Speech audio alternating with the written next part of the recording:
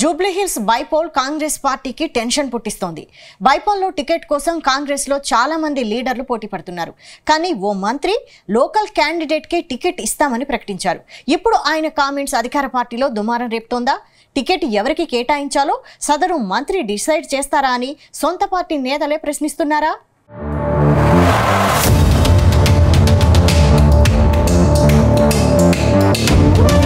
Jubilee Hills బైపోల్ను Congress party serious గా తీసుకుంది. బైపోల్లో ఖచ్చితంగా గెలవాలంటూ హైకమాండ్ ఆదేశాలు ఇవ్వడంతో రాష్ట్ర కాంగ్రెస్ నేతలు బైపోల్లో గెలుపును సవాల్గా తీసుకున్నారు. అందుకే కాంగ్రెస్ మంత్రులు జూబ్లీహిల్స్లో సుడిగాలి పర్యటనలు చేస్తూ అభివృద్ధి పనులకు శంకుస్థాపనలు, ప్రారంభోత్సవాలు చేస్తున్నారు. తాజాగా జూబ్లీహిల్స్లో పర్యటించారు మంత్రి పొన్నం ప్రభాకర్.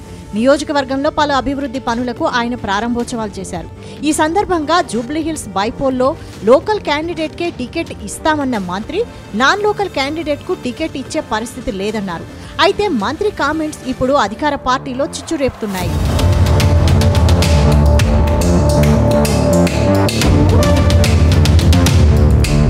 ఇక మంత్రి పొన్నం చేసిన వ్యాఖ్యలకు కాంగ్రెస్ నేత ఫిరోజ్ ఖాన్ కౌంటర్ ఇచ్చారు. జూబ్లీహిల్స్ స్థానికులకే టికెట్ ఇస్తామని చెప్పడానికి పొన్నం ఏమైనా హైకమాండా అని ప్రశ్నించారు.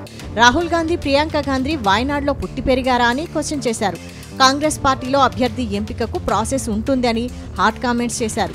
బీఆర్ఎస్ అభ్యర్థి చనిపోవడంతో జూబ్లీహిల్స్లో బీఆర్ఎస్ పార్టీకి సింపతి ఉంది. స్థానికులకే జూబ్లీహిల్స్ ఎమ్మెల్యే టికెట్ ఇస్తామనడం మంత్రి పొన్నం ప్రభాకర్ వ్యాఖ్యలు చేయడం కరెక్ట్ కాదన్నారు. అయితే అజారుద్దీన్ను తన పక్కన పెట్టుకుని పొన్నం ఈ వ్యాఖ్యలు చేయడంతో కాంగ్రెస్ పార్టీలో జూబ్లీహిల్స్ టికెట్ ఆశిస్తున్న వారిని ఆగ్రహానికి గురి చేస్తున్నట్లు తెలుస్తోంది.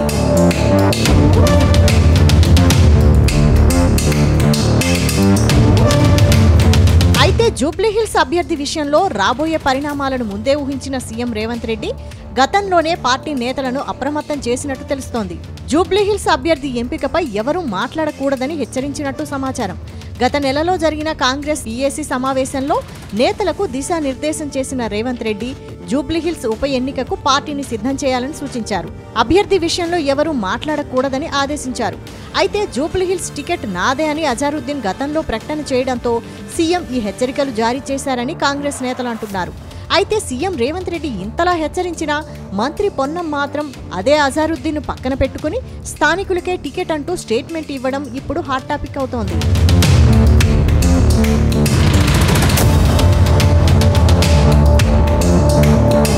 ఇదిలా ఉంటే జూబ్లీహిల్స్లో టికెట్ కోసం చాలా మంది లీడర్లు పోటీ పడుతున్నారు. వీరిలో గ్రేటర్ హైదరాబాద్ పరిధిలో కాంగ్రెస్ సీనియర్లున్నారు. గత అసెంబ్లీ ఎన్నికల్లో, మల్కాజ్గిరి ఎన్నికల్లో ఓడిన మైనంపల్లి హనుమంతరావు తనకు టికెట్ ఇవ్వాలని కోరుతున్నారు. తనకు జూబ్లీహిల్స్లో పెద్దగా పరిచయాలు ఉన్నాయని, టికెట్ ఇస్తే గెలిచి చూపిస్తానని అంటున్నారు. మరోవైపు మాజీ ఎంపీ అంజన్ కుమార్ యాదవ్ కూడా టికెట్ ఆశిస్తున్నారు. తనకు ఓ ఛాన్స్ ఇవ్వాలని కాంగ్రెస్ పెద్దలను కోరుతున్నారు. అటు నవీన్ యాదవ్, అజారుద్దీన్ కూడా జూబ్లీహిల్స్ టికెట్ను ఆశిస్తున్నారు. అజారుద్దీన్ గత అసెంబ్లీ ఎన్నికల్లో జూబ్లీహిల్స్ నుంచే పోటీ చేశారు. కానీ ఆయన 3వ స్థానానికి పరిమితమయ్యారు. ఇప్పుడు తిరిగి ఆయనకే టికెట్ ఇస్తారని ప్రచారం జరుగుతున్న నేపథ్యంలో సొంత పార్టీ లీడర్లు గుస్సా అవుతున్నట్టు తెలుస్తోంది. ఏది ఏమైనా కాంగ్రెస్ టికెట్ వ్యవహారం కాంగ్రెస్ పార్టీలో కాకరేపుతోంది.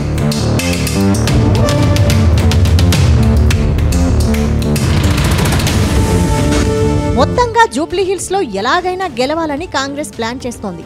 అందుకే 3 మంత్రులకు జూబ్లీహిల్స్ బాధ్యతలు అప్పగించినట్టు తెలుస్తోంది. మంత్రులు తుమ్మల, పొన్నం ప్రభాకర్, వివేక్ వెంకటస్వామిలకు బాధ్యతలు అప్పగించింది. ఒక్కో మంత్రికి 6 కార్పొరేషన్ చైర్మన్లను అటాచ్ చేసింది. మరోవైపు 18 మంది కార్పొరేషన్ చైర్మన్లకు డివిజన్ల వారీగా బాధ్యతలు అప్పగించింది.